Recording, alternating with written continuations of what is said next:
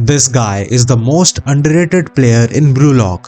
हर किसी को लगता है कि ये बंदा इस शो के अंदर इतना आगे सिर्फ प्लॉट की वजह से आ पाया है। I mean, हर एक शो के अंदर वो बंदा होता है ना जो कि हंसी मजाक के लिए रखा होता है। फॉर एग्जाम्पल अगर मैं डीमन स्लेयर की बात करूं तो उसमें है जेनुत्सु, JJK के अंदर है गोजो एंड वन पीस के अंदर है उसॉप। तो इसलिए हर किसी को लगता है कि ये बंदा इतना आगे सिर्फ कॉमेडिक रिलीफ के लिए आ पाया है, कॉमेडिक पर्पस की वजह से आ पाया है।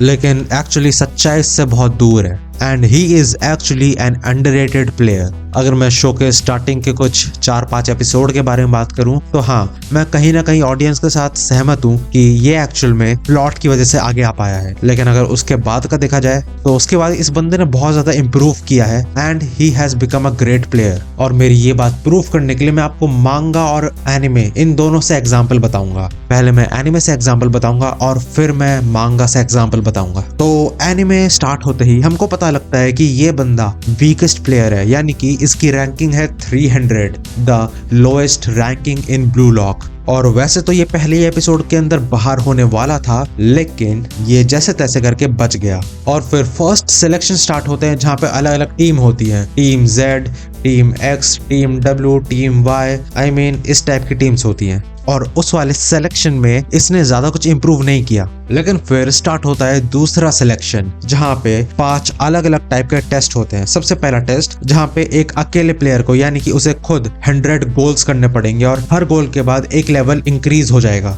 और दूसरे सिलेक्शन का पहला टेस्ट उसने पास कर लिया। एगो जिनपाची ने ये वाला टेस्ट बनाया ही इसलिए था ताकि जो वीक प्लेयर हैं वो पहले टेस्ट के बाद ही बाहर हो जाएं। लेकिन हमारे बॉल्ड गाय ने ये टेस्ट पास कर लिया। उसके बाद बाकी के टेस्ट स्टार्ट होते हैं जहाँ पे उन्हें एक टीम बनानी होती है 3 की, और फिर वहां से जाके वो लोग बाकी लोगों के साथ मैच करते हैं और फिर फाइनल स्टेज तक आते हैं। और इस वजह से बहुत सारे लोग एलिमिनेट हो गए थे, यानी कि ब्लू लॉक से आउट हो गए थे। और उनमें से एक था कुनिगामी, जो कि भाई इतना ज्यादा स्ट्रांग था लेकिन वो फिर भी बाहर हो गया। Because at the end of the day it is about ego and the survival. और फिर वो 5 टेस्टों को पास करने के बाद फाइट करता है वर्ल्ड के टॉप 5 प्लेयर के साथ। I mean, आप ही सोचो, उस बंदे में कुछ ना कुछ तो बात होगी कि भाई वो टॉप प्लेयर्स के साथ वर्ल्ड के फाइट कर रहा है। हमारा बॉल्ड गाय स्टार्टिंग से ही अपने आप को इम्प्रूव करता जा रहा है। अगर हम उसको दूसरे प्लेयर से कंपेयर करें तो हाँ, वो इतना अच्छा नहीं है, लेकिन फिर भी he is still surviving and he is still playing.